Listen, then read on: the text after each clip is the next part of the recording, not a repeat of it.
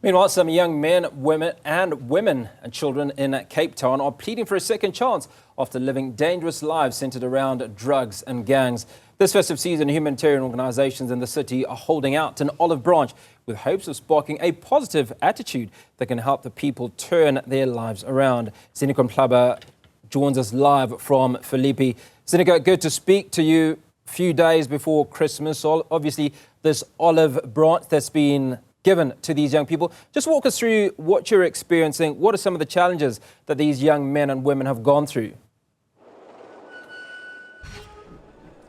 A very good afternoon to you, Hugo. Well, indeed, we've been in this particular city for almost a week now. We've told the story of the people that are coming in for their holidays. However, there's another story of Cape Town that has to do with drugs, that has to do with the homelessness, and it affects, people of all ages. It does not discriminate whether you're an elder, a senior citizen, or you are, a young man or woman, or even a child. This is the problem that is really, giving the city council or the city officials serious, sleepless nights because it's growing. And according to some statistics, on average, the city has about 14,000 people living on the streets. And according to the same report, you'll find that, it is very difficult for someone to be removed from the life of from the streets once they stay beyond a year. So we're here now in this particular NGO. It's a place that has really opened its doors for those who have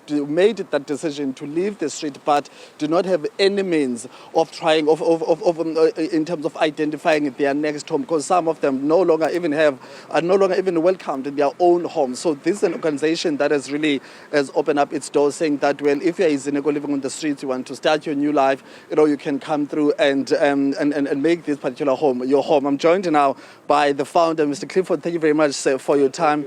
Give us more information about this particular center and the work that you guys do. Most importantly, the stories that you've picked up from the people who have reached out to you and say, we need a home, we want to do away with the gang lives, we want to start our life from scratch. Look, I want to say a big thank you to everybody for even yourselves as a station to come and speak to us about what we try and do. And I want to say what we try and do, because we are really trying to just be a lifeline for others, where others are having beautiful festivals and fancy family holidays. We're sitting with people, we've got about 100 people residing here. And of this 100 people come from come from gang activity, come from the life of living on the streets, and just really want to do something new with their lives and trying to get a new lease on life. At Oasis, it's literally, as you're saying, we're centered in the heart of the Philippi horticultural community, and an aerial view will explain that we're literally an oasis to the many communities that flanks off from our space and so on. Just as we speak now, another 3 or 4 people called, they're looking for space, and that is the sad reality.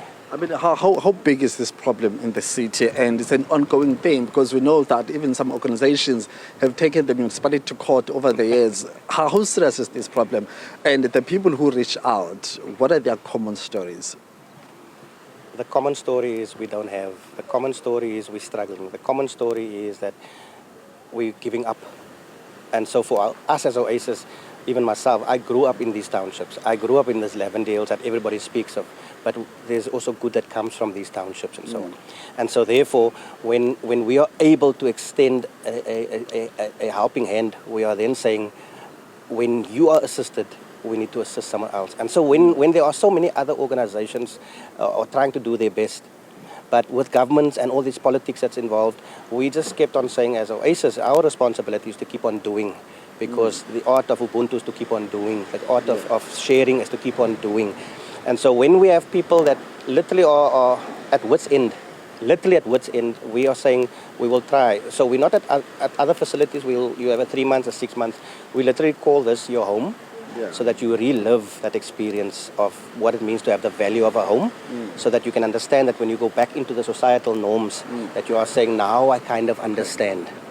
So today, what's happening today? I see that there's food that's been prepared, there are friends, there are other people who are not necessarily residents of this place, but they've driven here with some parcels. What's happening today? Exciting. We, together with Bold Moves Africa, and you'll meet some of the people later on, the idea of just bringing family and friends together In fact, just recently, 2 days ago, we had our own Christmas carol evening here, and we had over 200 people from families coming together to support those residents here. Now we're bringing more friends of Oasis and Bold Moves Africa together just to come and, so you're from somewhere in Africa, you are somewhere in the Cape Town area, come and spend some time. So it is, we're celebrating the jollof rice today. All right. Hopefully, I'm looking forward to eating that jollof rice. Thank you very much, Mr. Clifford, for your time, sir. Well, indeed, it's going to be an exciting day for the people who are residing here because, as Clifford said, that he is expecting more friends of this organization to come out with some food parcels, and then we understand that even the residents here will have some time to dance, to enjoy some jollof, and of course, we'll join in later on. So we'll also get the personal stories from the people themselves who have come out of the streets to come and start their lives here in Philippi, in Cape Town. Respect to you, Hugo, for now. Ziniko Mhlaba coming to us from Philippi in Cape Town, where there's a little more than jollof rice going on. And a big thank you to members of those communities who are giving other young people in that community a second chance.